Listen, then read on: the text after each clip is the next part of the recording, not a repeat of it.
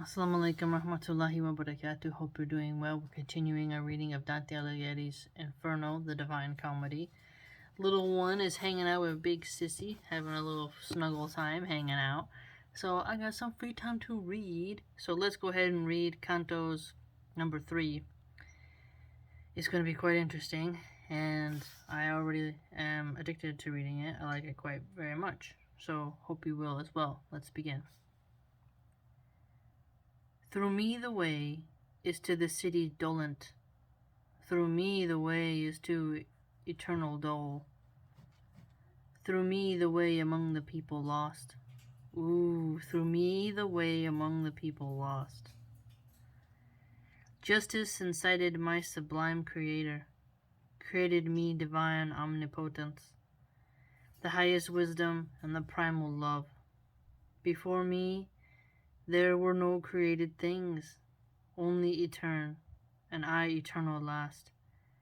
All I hope, oh no, oh I see, this is one of the famous lines. All hope abandon, ye who enter in. So this is on the gates of hell. It's saying, abandon all hope, all ye who enter here, basically. Wow, pretty intense. These words in somber color I beheld, written upon the summit of a gate, whence I, their senses, master, hard to me, and he to me as one experienced. Here all suspicion needs must be abandoned. All cowardice must needs be here extinct. So here you need to abandon all form of cowardice. You need to really get ready. Could you imagine entering into a gate that tells you to abandon your hope? Because on earth, hope is what keeps you going, because you know there's going to be something better. But with here in hell, as he's showing, well, you're in a different situation, ain't you? There's not going to be some hope for you there. We to the place have come where I have told thee, thou shalt behold the people dolorous, who have forgone the good of intellect. Forgone the good of intellect, so they've left reason behind. And after he had laid his hand on mine, with joyful mind, whence I was comforted, he led me in among the secret things. Remember, Virgil is leading Dante around, okay? Their signs, complaints, and this is a weird word, ululations, loud resounded through the air, without a star, whence I at the beginning wept thereat. So he's crying. Languages diverse, horrible dialects, accents of anger, words of agony, and voices high and hoarse, with sounds of hands. So here, the languages, so many different voices, going on.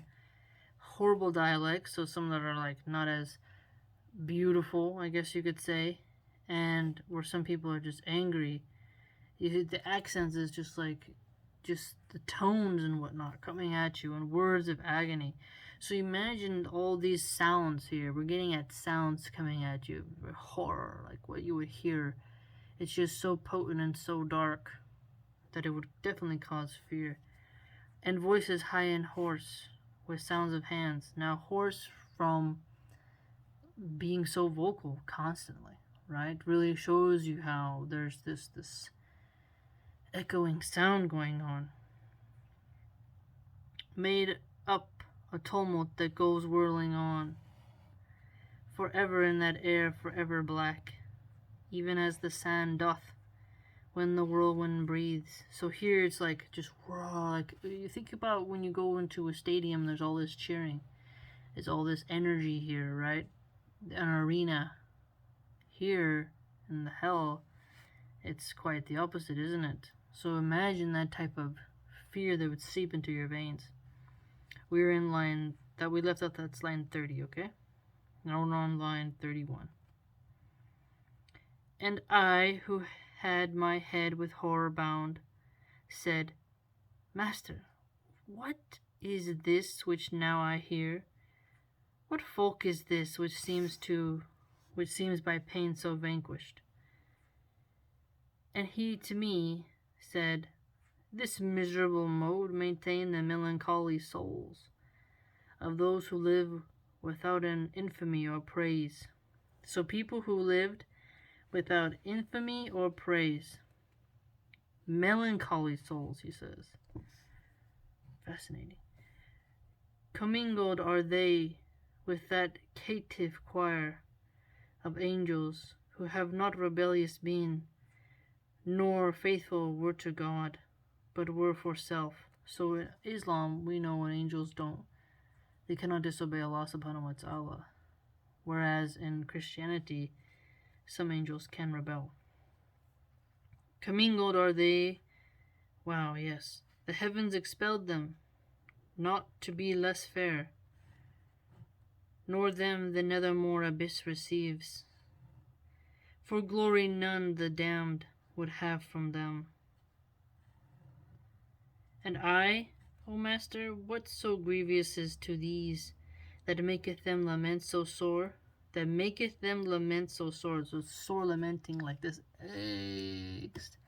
It's like a subtle groan, right? It's like really shows you the pace of the lamenting, right? How it is. He answered, I will tell thee very briefly. These have no longer any hope of death. So, look at that. No hope of death. Wow. And this blind life of theirs is so debased. Blind life. Blind life. Debased. They envious are of every other fate. Wow, that sounds terrible. So they have no hope for death. They're just in a debased, blind life. And they envy others. It's a very unfortunate mode to be in. I mean, could you imagine? No fame of them the world permits to be. So, no fame, which to people who desire to be famous, you can see how this would affect them. Misericord and justice both disdain them. Let us not speak of them, but look and pass. So he's trying to say, like, just keep it moving, keep it going. We're on line 52 now. And I who looked again beheld the banner, which, rolling round, ran on so rapidly, that of all pause it seemed to me indignant. And after it there came so long a train of people, that I ne'er would have believed that ever death so many had undone. So this is interesting. So a long line train of people that death so many had undone, so many people have died. So he's saying that it's a long line of people basically in hell. When some among them I had recognized, I looked, and I beheld the shade of him who made through cowardice the great refusal. The great refusal. Forthwith I comprehended and was certain that this, the sect, was of the caitiff wretches, hateful to God and to his enemies. These miscreants, who never were alive, were naked and were stung exceedingly by gadflies and by hornets that were there. So these people who are in hell, they're naked and they're being stung exceedingly, it says. I've never ever had the experience of a gadfly, but hornets sure to hurt. So you can imagine when he says exceedingly. Imagine how one sting is so annoying, right? Especially if it's under your armpit or on a very soft part of your flesh. Now double that, triple that. Imagine. These did their faces irrigate with blood. So irrigate with blood means it's like a lot of wounds coming down. To irrigate means to make flow, right? So they're bloody from all the insect bites, which with their tears commingled at their feet by the disgusting worms was gathered up. Okay, so this is quite graphic. So their tears are mixing with their blood, and each drop that falls on the ground is being consumed by worms, figuratively and symbolically, right? But yet it could be literally in his mini world. Now that just shows you the decay, the uncomfortableness, the wretchedness of that abode, right? So layer upon layer of imagery he gives us to really solidify his point here. Line 70 now.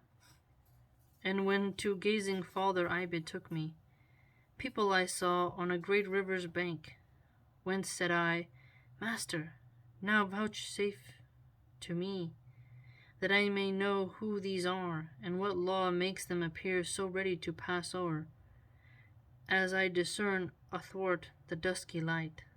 And he to me, these things shall all be known to thee, as soon as we our footsteps stay upon the dismal shore of Acheron.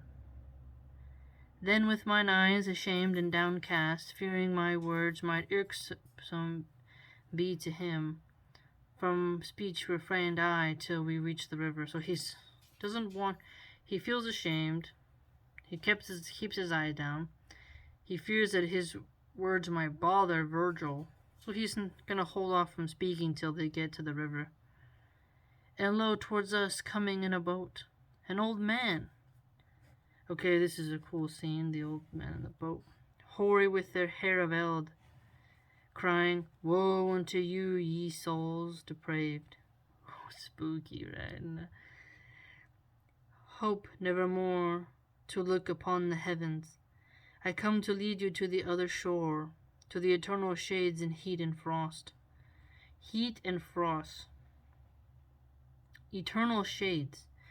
When it's so dark from winter, there's a shade of frost, right? And the heat of the sun. Being like an infernal oven. It's like almost the opposite of a shade, though, when it comes to the heat. Very interesting. And he's the old man. That's right, old man over here. It's annotate. He's saying, hope nevermore to look upon the heavens. Now remember the word hope. Abandon all hope. That was on the gates of hell. So here you have another example of hope being brought up. Because hope can keep people going. When you don't have hope, you're in quite despair. And thou that yonder standest living soul, withdraw thee from these people who are dead. But when he saw that I did not withdraw, he said, By other ways, by other ports, thou to the shore shalt come, not here for passage. A lighter vessel needs must carry thee. And unto him the guide, vex thee not, Charon. Okay, so Charon, Charn. It is so willed, there where is power to do that which is willed, and farther question not. Thereat were quieted the fleecy cheeks of him, the ferryman of the livid fen, who round about his eyes had wheels of flame. Wow, okay. We have fleecy cheeks of him, the ferryman of livid fen, who round about his eyes had wheels of flame. That sounds interesting. Like flame. That's interesting. But all those souls who weary were and naked, their color changed and gnashed their teeth together as soon as they had heard those cruel words. Gnashed their teeth together like Arr! Their color changed. So clearly they're in just such emotional distress that the pigmentation of their skin is really shifted. God they blasphemed, and their progenitors, the human race, the place, the time, the seed of their engendering and their birth. So here, blasphemous people are in hell. Blasphemous.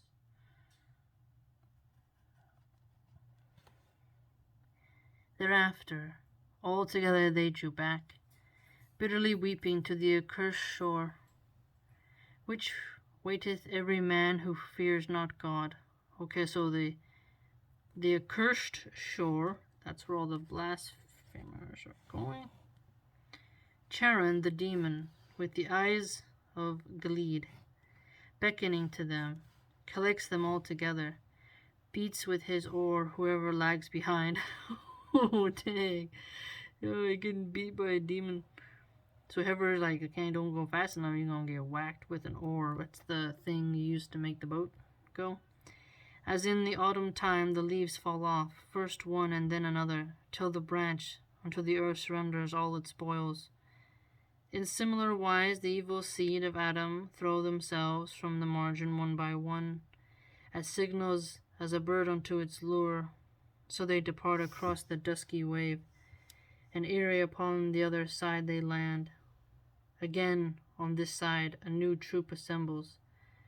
My son, the courteous master said to me, all those who perish in the wrath of God here meet together out of every land, and ready are they to pass o'er the river, because celestial justice spurs them on, so that their fear is turned into desire. This way there never passes a good soul, and hence if Charon doth complain of thee, well mayest thou know now what his speech imports. Fascinating. So all these people gotta pass by there, they're unhappy, and they just beats them. Oh man, beats them while they're naked. This being finished, all the dusk champagne trembles so violently, that of the terror, the recollection bathes me still with sweat. When he thinks about it, he starts sweating, so that's an immense amount of fear, isn't it? Could you imagine? The land of tears gave forth a blast of wind, and fulminated a vermilion light, which overmastered in me every sense. And as a man whom sleep hath seized, I fell. Wow. Fascinating. I mean, really a good one here for us. So that was Canto number 3 that we finished. The next one will be Canto 4. Wow. So we got Charon the demon character, blasphemers, or being beaten with an oar. We hear hope nevermore to look upon the heavens, so again, hope being mentioned here. Wow. The blasphemers gnashing their teeth together. There's so many trails of long people that he's shocked that death had undone so many. People being stung by gadflies and hornets, to the point where blood is irrigating and mixing with their tears, and it falls upon the soil filled with worms. I mean, wow. And no fame of them the world permits to be. So people here who they kind of were envious of other people's fates, they kind of maybe wanted fame, didn't get it, they just kind of faded away, didn't make their mark on the world. Here there has a thing of angels who were expelled from heaven, and they're gonna be damned. He mentions the different languages, horrible dialects, the sound of anger and agony, high-pitched voices and hoarse voices, and the sounds of hands. So maybe the sounds of hands is people clapping them together, or clutching, who knows. It is definitely quite intense. Such a great book so far, my goodness. I hope you enjoyed. By the way, if you'd like to join my blog, www.subscribestar.com/MilahanArchive, I think you'd enjoy it very much. And hopefully this was a very unique book for you, and we'll see you next time.